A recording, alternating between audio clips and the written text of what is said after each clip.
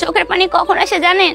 যখন মা ডাকটা না শুনতে পাই, যখন কষ্ট হয়, তখন ঠিক চোখের পানি চলে আসে। যার কালকে কি আমি ভিডিও করে অপরাধ করেছি? অনেকে কিন্তু আমাকে জানতে চাইছিল, আপু তোমার বাবু হবে কবে, বাচ্চা হয়েছে কিনা, এই বিষয় নিয়ে আমি একটা ভিডিও করছিলাম। ঠিক আছে, এই বিষয়ে ভিডিও করার পরে আমি অনেক বাজে কথা শুনছি যে আমি নাকি ব্যবসা করার জন্য আমি মিথ্যা কথা বলছি, আমি বাবু নিয়ে বলে ব্যবসা করছি, এই করছি। আপনারাই বলেন, আপনাদের জন্য আমি ভালো কথা বললাম যে আমার বাবু হয়নি, আমার সমস্যা। আচ্ছা আপনারাই বলেন, আপনাদের মা বোন আছে বাসাতে, তাদের কোনো সমস্যা নাই?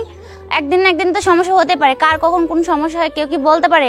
আজ আমার সমস্যা, কাল আপনারও হতে পারে। এটা নিয়ে কি সবসময় মানুষকে খুঁটে দিয়ে কথা বলাটা ঠিক না।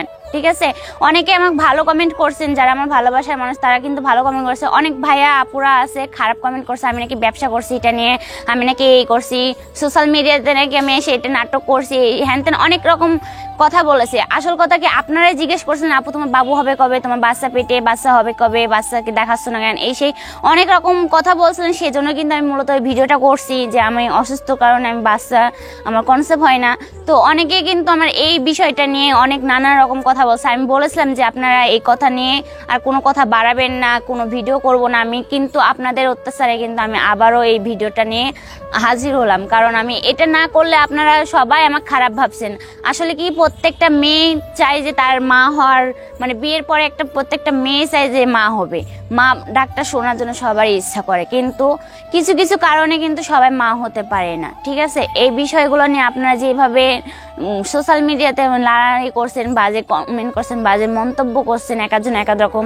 আচ্ছা আমি তো আপনাদেরকে আগেই বলেছিলাম যে আমি 3 বছর আগেও আমার বেবি নষ্ট হয়ে গেছে, তখন তো আমি এই ব্লকে আসিনি, আমি অনলাইনে জগতে তখন আসছিলাম না, অনলাইন কি কেমন তা আমি কোনো কিছুই জানতাম না।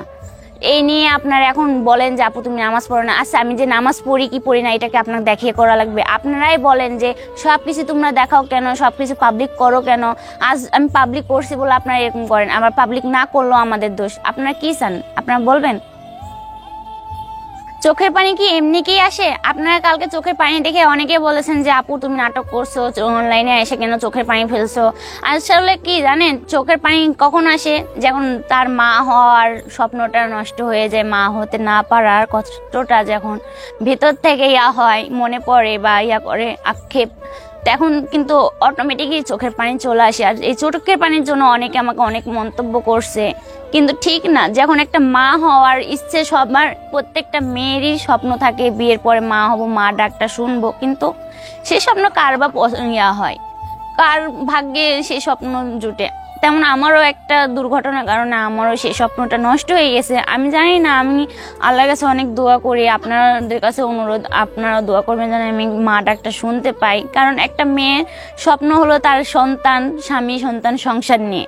ঠিক তেমনি আমার একটা সংসার হয়েছে, এখন সন্তানের আক্ষেপ নিয়ে আমি এখনো আছি।